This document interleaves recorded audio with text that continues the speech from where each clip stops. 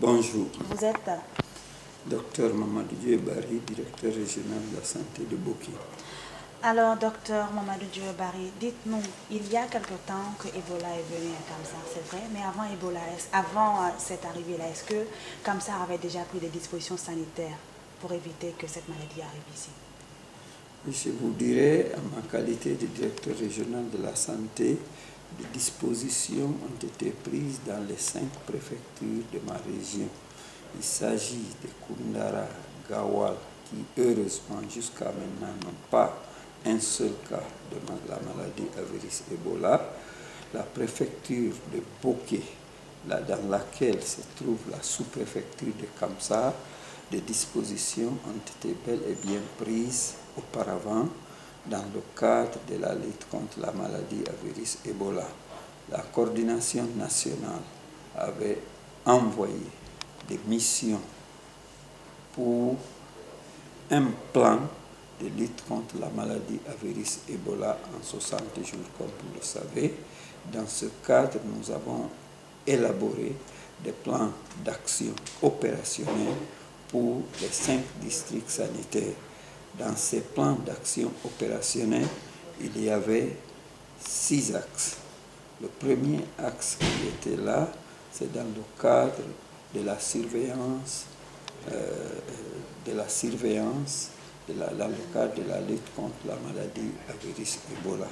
Le deuxième axe stratégique, c'est dans le cadre de la prise en charge, y compris l'aspect du laboratoire, mais aussi y compris dans le cadre des enterrements dignes et sécurisés, qui est considéré maintenant comme un axe stratégique.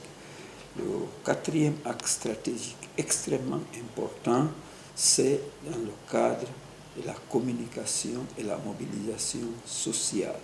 Il y a 2 autres axes qui sont des axes de soutien, c'est la coordination et c'est l'aspect appui financier dans le cadre des activités de la lutte contre la maladie à virus Ebola. Et donc, tout le personnel de santé a été mobilisé, les autorités à tous les niveaux, notamment les chefs de centre, notamment les équipes cadres, pour, ensemble, avec la coordination nationale, préparer ce plan. Ce plan a été préparé, ce plan a été mis en œuvre dans tous les districts sanitaires. L'autre aspect extrêmement important qui se trouve au niveau de la prise en charge, c'est ce qu'on appelle la PCI, la prévention et le contrôle des infections. Parce que vous n'ignorez pas que parmi les personnes qui sont atteintes par rapport à la maladie de Ebola, se trouve le personnel des formations sanitaires, que ce soit du public ou privé. Donc, toutes les dispositions ont été prises au niveau des différents districts sanitaires pour mettre en œuvre ces plans d'action opérationnels. Donc, le personnel a été formé en matière de prévention contre les infections. Le personnel sur le terrain, il y a eu des activités de sensibilisation pour informer sur les mesures de prévention, notamment les mesures d'hygiène, le lavage des mains au savon, l'utilisation de la solution de chlore, mais aussi au niveau de chaque structure, nous avons préparé des grilles pour la supervision et nous nous sommes rassurés que toutes les dispositions sont prises pour mettre en place le mécanisme pour je voudrais parler des précautions standards qu'on doit mettre au niveau des différentes formations sanitaires. Donc, je voudrais vous rassurer que la sous-préfecture de Kamsar, à l'instar des autres préfectures, ces dispositions ont été prises.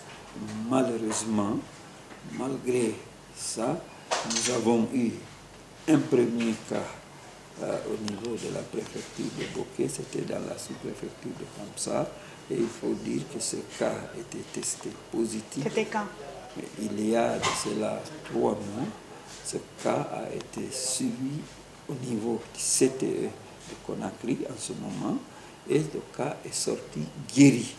Mais il se trouve que ce cas, si vous voulez, c'était un cas importé parce que c'est un cas qui venait de la sous-préfecture de Madina dans Kindia, Madina Oula, si je ne me trompe.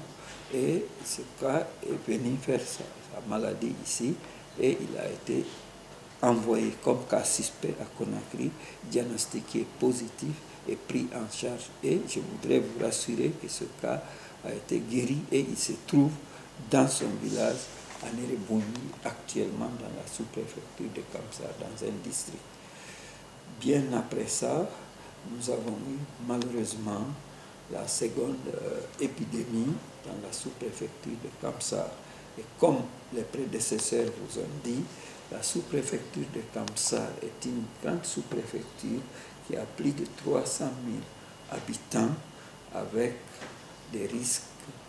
Malheureusement, nous avons eu des cas qui sont intervenus par la suite. Et comme les prédécesseurs vous ont dit, malheureusement, au cours d'une visite où nous avons voulu négocier avec la communauté pour voir et prendre un cas suspect, je dis bien un cas suspect parce que c'était un cas contact qui a développé des signes, donc il est devenu un cas suspect. La famille a refusé. Nous avons l'habitude d'utiliser le grand imam de la Ligue islamique régionale, El Hadji Yattara, qui est venu avec des collègues, les collaborateurs. Ils étaient en train de discuter avec la famille et c'est là où les parents ont refusé d'accepter que ce cas suspect soit envoyé au CTE pour la prise en charge, pour d'abord être diagnostiqué. Si le cas était négatif, le cas allait revenir. Donc, malheureusement, ça n'a pas été le cas, ils n'ont pas accepté. Et les enfants ont commencé par ça. Il y a eu tout ce qui s'est passé par la suite avec des événements tristes où les jeunes sont sortis dans la rue et ont fait tous les dégâts que vous avez compris. Donc voilà ce qui s'est passé. Mais je voudrais vous rassurer, auparavant, dans toute la région, des dispositions ont été prises, la sensibilisation a été faite dans toutes les sous-préfectures et toutes les autorités, que ce soit les autorités préfectorales et les autorités régionales, avec en tête monsieur le gouverneur de la région, nous avons parcouru l'ensemble des préfectures pour sensibiliser les populations sur les mesures d'hygiène, sur la nécessité du lavage des mains, sur la nécessité de prendre les précautions au niveau des formations sanitaires pour appliquer les précautions standards en matière d'hygiène et d'assainissement. Malheureusement, malgré ça, mais il faut le dire, jusqu'à présent, la région de Bokeh, je crois savoir dans le pays, est la seule qui a 2 préfectures qui ne sont pas encore atteintes. Il s'agit des préfectures de Gawal et de Koundara, je dis heureusement. Je ne peux pas affirmer, c'est grâce à ce que nous avons eu à faire, mais j'estime que ça a contribué parce que les sensibilisations ont été faites par le district sanitaire, mais aussi par la région qui a appuyé avec l'autorité régionale en la personne de monsieur le gouverneur. Justement, docteur.